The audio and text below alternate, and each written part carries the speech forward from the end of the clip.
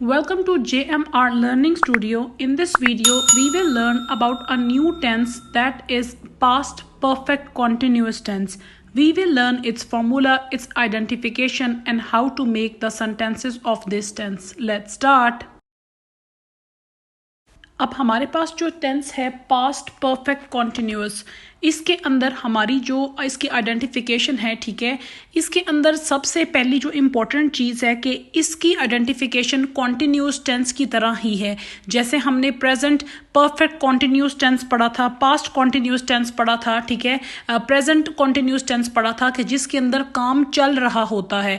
Continuous tense का मतलब है कि काम आपका चल रहा था, लेकिन ये पास्ट परफेक्ट कॉन्टिन्यूस है। परफेक्ट का मतलब है कि माजी में काम चल रहा था। तो आपका पास्ट परफेक्ट कॉन्टिन्यूस की निशानी ये है कि आपका काम माजी में पुराने वक्त में चल रहा था, लेकिन इसकी जब हम पास्ट परफेक्ट कॉन्टिन्यूस बता रहे हैं, एक इंपॉर्टेंट निशानी इसकी ये बन जाती है हमारे पास, जैसे हम इस जुमले को पहचान सकते हैं, वो ये है कि उसके अंदर वक्त दिया होता है, ठीक है, 2 घंटे से, 2 साल से, 5 दिन से, कोई भी वक्त बताया होता है, किसी महीने का, साल का, दिन का, घंटों के बारे में बताया होता है, जिससे हमें अंदाजा हो जाता है कि ये काम कब से वो कर रहे थे, कब से ये काम चल रहा था। जो परफेक्ट कॉन्टिन्यूस के टेंस हैं, जैसे आपने पहले प्रेजेंट परफेक्ट कॉन्टिन्यूस पढ़ा था, अब आप पास्ट परफेक्ट कॉन्टिन्यूस पढ़ रहे हैं, उसमें सबसे इंपॉर्टेंट रूल ही ये है कि एक तो काम कॉन्टिन्यूस था, चल रहा था, और पास्ट यानी कि माजी में वो काम चल रहा था और माजी में वो काम मुकम्मल हो रहा था, ठीक है, लेकिन साथ में यहाँ पे इंपॉर्टेंट चीज़ है कि उसका वक्त बताया गया है कि वो कितने साल से, कितने महीने से, कितने घंटे से। जब आपको साल, महीना, दिन या कितने घंटों से वो काम चल रहा था, जब इस चीज़ की निशानदही की दी जाए तो आपको इजीली पता चल सकता है कि ये परफेक्ट कॉन्टिन्यूस का टेंस है। अगर तो वो काम अभी प्रेजेंट में हो रहा हो कि वो 2 घंटे से कपड़े धो रही है, यानी कि काम वो भी कर रही है और 2 घंटे से वक्त भी तयन किया गया, तो वो प्रेजेंट परफेक्ट बन जाएगा, प्रेजेंट परफेक्ट कॉन्टिन्यूस बन जाएगा। लेकिन अगर मैं ऐसे ही कह दूं कि वो 2 घंटे से कपड़े धो रही थी, अब उसका काम माजी में चल रहा था, ठीक है, 2 घंटे से काम मुकम्मल होने के करीब था, माजी में चल रहा था, पुरानी बात थी, और 2 घंटे का तयन भी कर दिया गया है, तो ये पास्ट परफेक्ट कॉन्टिन्यूस का टेंस बन जाएगा।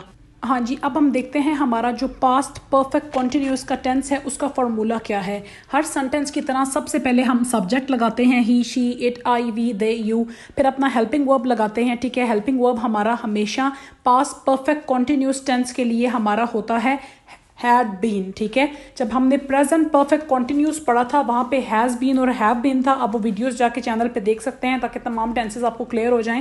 लेकिन पास्ट परफेक्ट कॉन्टिन्यूस के लिए हमारा हेल्पिंग वर्ब है हैड बीन, फिर हम फर्स्ट फॉर्म ऑफ वर्ब लगाते हैं, ठीक है। और क्योंकि ये कॉन्टिन्यूस भी टेंस आ रहा है, परफेक्ट कॉन्टिन्यूस है, तो उसके साथ हम ING लगाएंगे और एंड पे हम लगा देते हैं ऑब्जेक्ट। अब इसके दरमियान में जो हम इस्तेमाल करते हैं वो है सिंस या for according to time. Time उसको भी मैं आपको समझा देती हूँ कि किस टाइम के लिए सिंस लगाना है, किसके लिए फॉर लगाना है। अब हम देखते हैं कि इसी फॉर्मूला को फॉलो करते हुए हम अपने पास्ट परफेक्ट कॉन्टिन्यूअस टेंस के नेगेटिव नहीं बल्कि इंटेरोगेटिव सेंटेंसेस कैसे बना सकते हैं, क्योंकि आज हम बना रहे हैं इंटेरोगेटिव सेंटेंसेस, यानी कि सवालिया निशान जो होता है जिसमें सवाल पूछा जाता है, ठीक है। सबसे पहले आपको पता है कि पास्ट परफेक्ट कॉन्टिन्यूअस टेंस का जो हेल्पिंग वर्ब है वो है हैड बीन। सब प्रोनाउंस के लिए, सब सब्जेक्ट्स के लिए हमारा जो हेल्पिंग वर्ब है वो है हैड बीन। सबसे पहले आप सेंटेंस में हैड लगाएंगे, ठीक है, बीन नहीं हैड। जैसे कि हमने नेगेटिव जब बनाए थे तो आपने किया था had not been, had been के दरमियान में आ जाता था हमारा नॉट।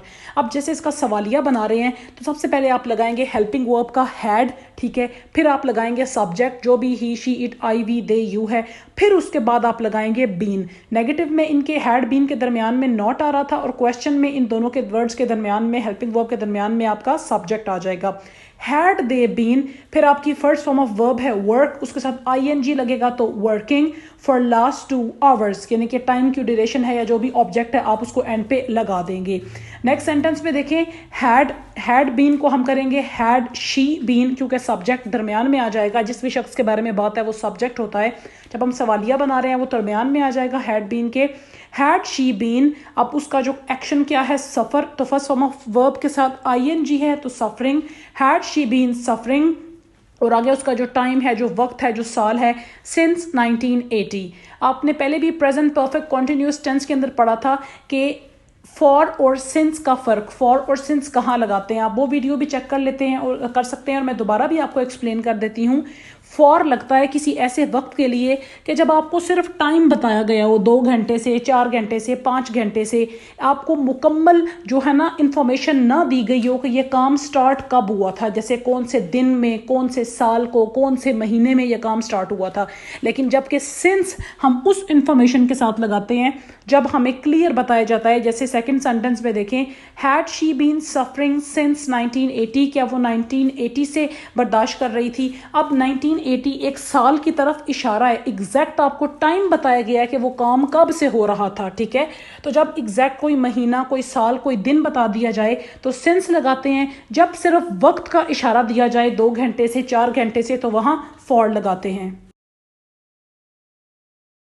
अपने पहले सेंटेंस में देखें, I had been working here for last 2 days, यानी कि कोई एग्जैक्ट दिन का नाम नहीं बताया गया, ठीक है, सिर्फ एक इशारा दे दिया गया कि पिछले 2 दिनों से वो काम कर रहा था।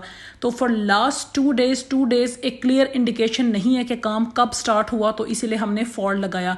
नेक्स्ट सेंटेंस में, she had been teaching since 2005, अब आपको क्लियर बताया गया है उस साल का जिसमें यह काम शुरू हुआ, तो हमने सिंस लगा दिया।